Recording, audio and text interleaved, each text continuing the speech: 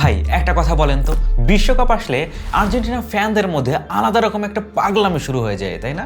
Jersey, poster, wallpaper সবকিছুতে একটা নীল আর সাদার ভাইব চলে আসে, তাই না? কিন্তু এইবার আমি এমন একটা জিনিস দেখলাম যেটা একটু আলাদা, একটা স্মার্টফোন যেটার বক্সটা হাতে নিয়ে আমার মনে হলো এটা শুধু একটা ফোন না, আর্জেন্টিনা ফ্যানদের জন্য বানানো একটা স্পেশাল এডিশন। কিন্তু অনেক সময় অনেক কোম্পানি থিম দিয়ে ইমোশন সেল করে, তাই আজকে আমরা 2 সপ্তাহ ব্যবহার করার পর Xenon X22 5G এই ফোনটা কেমন হবে, শুধু থিম নাকি আসলেও কাজের কিছু আছে, সেইগুলোই খুঁজে বের করার চেষ্টা করব। কিন্তু প্রথমেই বক্সটা হাতে নিয়ে যেটা চোখে পড়ে সেটা হচ্ছে AFA ব্র্যান্ডিং এবং ফিফা ওয়ার্ল্ড কাপ 2026 এডিশনের পুরো প্রেজেন্টেশন। কারণ আপনারা অনেকেই জানেন Xenon আর্জেন্টিনার অফিসিয়াল রিজিয়ন পার্টনার। সত্যি বলতে বাংলাদেশের মার্কেটে এরকম থিমেটিক প্রেজেন্টেশন খুব বেশি দেখা যায় না। ভেতরে কি কি পাচ্ছি চলুন দেখে নেই। 18 ওয়াটের charger, type C cable, semi transparent case, SIM injector আর একটা স্ক্রিন প্রোটেক্টর দিয়েছে। এই স্ক্রিন প্রোটেক্টর দেওয়ার ব্যাপারটা আমার কাছে বেশ ভালো লাগছে, কারণ অনেক ব্র্যান্ড এইসব ছোটখাটো প্রয়োজনীয় জিনিস বাদ দিয়ে দিচ্ছে আস্তে আস্তে। আর একটা কথা বলি, আপনি যদি আর্জেন্টিনার ফ্যান হয়ে থাকেন তাহলে এই বক্সটা ফেলে দিতে ইচ্ছেই করবে না, অনেকটা কালেক্টরস আইটেম ফিল দিচ্ছে। কিন্তু এইবার ভাই ফোনে আসি। হাতে নিলে মোটামুটি প্রিমিয়াম ফিল আসে, ব্যাক প্যানেল ম্যাট ফিনিশ, তাই ফিঙ্গারপ্রিন্ট খুব একটা পড়ে না, কিন্তু ফ্রেমটা গ্লসি করে দিয়েছে আর ক্যামেরা প্লটটা একটু বড় রাখা হয়েছে। সামনে রয়েছে 6.8 ইঞ্চির IPS ডিসপ্লে। এখন এইখানে আমি অনেস্টলি একটা সমালোচনা করব। এই প্রাইসে এখনো পর্যন্ত ওয়াটার ড্রপ নচ দেওয়া হয়েছে, যেটা আমার কাছে খুব পুরনো লাগে। বিশেষ করে 2026 সালে এসে 5 হোল ডিসপ্লে কিন্তু আশা করাই যায়। কিন্তু ব্যবহার শুরু করার পর 120 হার্জের রিফ্রেশ রেটের সুবিধা ঠিকই বুঝবেন। Facebook scroll, YouTube, Instagram browsing সবকিছু অনেক বেশি স্মুথ লাগে। আর 240 হার্জ টাচ স্যাম্পলিং রেট থাকার কারণে টাচ রেসপন্সও বেশ দ্রুত। আউটডোরে প্রথমে আমি একটু কমপ্লেন করেছিলাম, পরে দেখলাম হাই ব্রাইটনেস মোড অন করলে পরিস্থিতি অনেক ভালো হয়ে যায়। এবার আসে সবচেয়ে গুরুত্বপূর্ণ জায়গায়, পারফরম্যান্স। এখানে MediaTek Dimensity 7105G ব্যবহার করা হয়েছে। এই চিপসেটটা কিন্তু নতুন না, কিন্তু একটা জিনিসের জন্য আমি এটাকে পছন্দ করি, এই প্রসেসরটা না প্রেডিক্টেবল।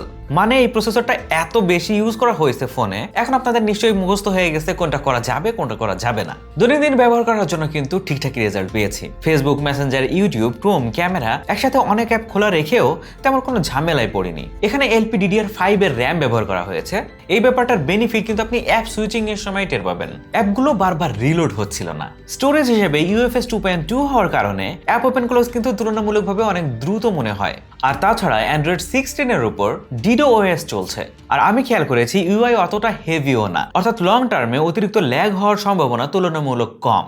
গেমিং এ কেমন রেজাল্ট পেয়েছি? আমরা PUBG, ফ্রি ফায়ার এবং COD এর মতো গেম খেলে দেখেছি। PUBG-তে স্মুথ সেটিংসে খুব কমফোর্টেবল এক্সপিরিয়েন্স পাওয়া যায়। টাচ রেসপন্স ভালো, জাইরো সেন্সরও ঠিকঠাকভাবেই কাজ করছে। তবে আমি এটা বলবো না যে এই ফোনটা গেমিং বেস্ট। হেভি ফাইট বা অনেক এনিমি বা স্মোক ইফেক্টের সময় বেশ কিছু ফ্রেম ড্রপের দেখা পেয়েছি, কিন্তু যেটা ভালো লেগেছে সেটা হচ্ছে এর হিটিং ম্যানেজমেন্ট। ফোনটিতে রয়েছে বাইপাস চার্জিং সিস্টেম, সো আপনি চার্জে লাগিয়েও ফোনটা ইউজ করতে পারবেন, কোনো ইস্যু নাই, গেমিংও করতে পারবেন। বাট সেটা আমার রেকমেন্ডেশন থাকবে না। ব্যাটারির কথা যদি বলি, এই ফোনটিতে ব্যাটারি হিসেবে ব্যবহার করা হয়েছে 6000 mAh এর ব্যাটারি। আর ব্যাটারির ব্যাকআপ নিয়ে যদি আমি বলি, আমি যেটা এক্সপেক্ট করেছিলাম সেরকমই পাইছি।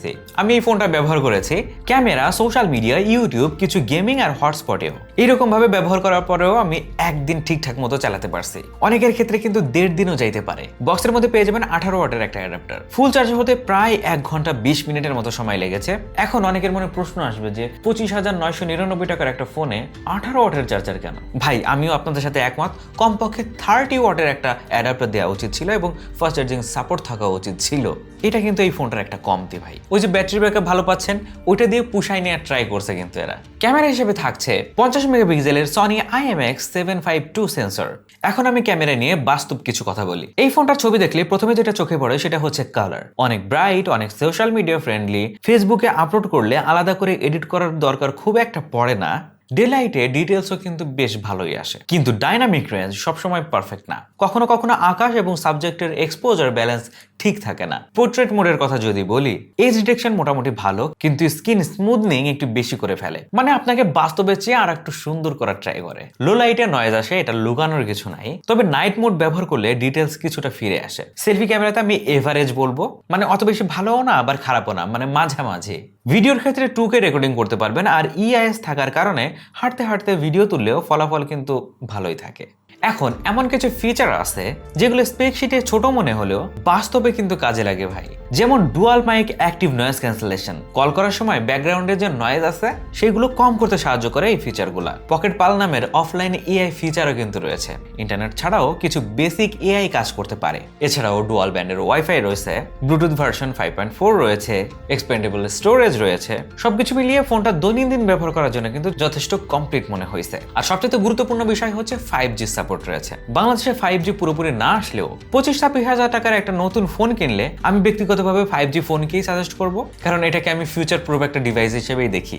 এখন সবশেষে প্রশ্ন হচ্ছে Xenon X22 5G কি কেনার মতো? আমার উত্তর হবে এটা সেই ধরনের ফোন না যেটা আর্জেন্টিনা থিমের উপর দাঁড়ায় আছে। অর্থাৎ কিছু কিছু ফিচার আছে যেগুলোর জন্য কিন্তু এটা নেওয়া যাইতেই পারে, আবার কিছু কিছু দুর্বলতাও আছে ভাই। ভালো দিকের মধ্যে Dimensity 7100 এর পারফরম্যান্স, LPDDR5 এর RAM, UFS 2.2 এর স্টোরেজ টাইপ, 120 Hz এর রিফ্রেশ রেট এবং বড় সড়ো ব্যাটারি, অনেক ব্যাটারি ব্যাকআপ পাওয়া যায়। আর সবশেষে হচ্ছে সনির ক্যামেরা রয়েছে। কমতির মধ্যে সবচেয়ে বড় কমতি আমার কাছে যেটা লাগছে সেটা হচ্ছে এই যে ওয়াটার ড্রপ নচ। অবশ্যই 5 ডিসপ্লে দেওয়া উচিত ছিল। 18 ওয়াটের ফাস্ট চার্জিং, এটা আরো বেশি হওয়া উচিত ছিল। আর সবশেষে হচ্ছে 128 GB ROM, এইখানে 256 হলে মানে পারফেক্ট হইতো ভাই। কিন্তু একটা জিনিস আপনাকে মানতেই হবে, আপনি যদি আর্জেন্টিনার একজন সত্যিকারের সমর্থক হন তাহলে ফিফা ওয়ার্ল্ড কাপ 2026 সাল এডিশন প্যাকেজিং আর পুরো এক্সপেরিয়েন্সটা ভাই আপনাকে আলাদা একটা ফিল দিবে, যেটা কিন্তু অন্য কোনো ফোন দিতে পারবে না। আর যারা শুধু ফোন হিসেবে দেখতেছেন তাদের জন্য এটা 25,999 টাকায় একটা যথেষ্ট শক্তিশালী এবং ভবিষ্যতের কথা যদি চিন্তা করেন সেই ক্ষেত্রে 5G ফোন এটা ভাই। তবে যেটার ভালো দিক আছে সেটার কম দিকেও থাকবে, এটাই স্বাভাবিক। আজকের ভিডিও কেমন লাগলো জানাতে ভুলবেন না, জানিয়ে দিন কমেন্ট সেকশনে। আর এই বিশ্বকাপ কে জিতবে ভাই, আমি কোন টিম সেটা একটু গেস করতে পারেন। আর এখনো যারা চ্যানেলটিকে সাবস্ক্রাইব করেনি এখনই সাবস্ক্রাইব করে রাখেন। দেখা হচ্ছে পরবর্তী ভিডিওতে। আল্লাহ হাফেজ।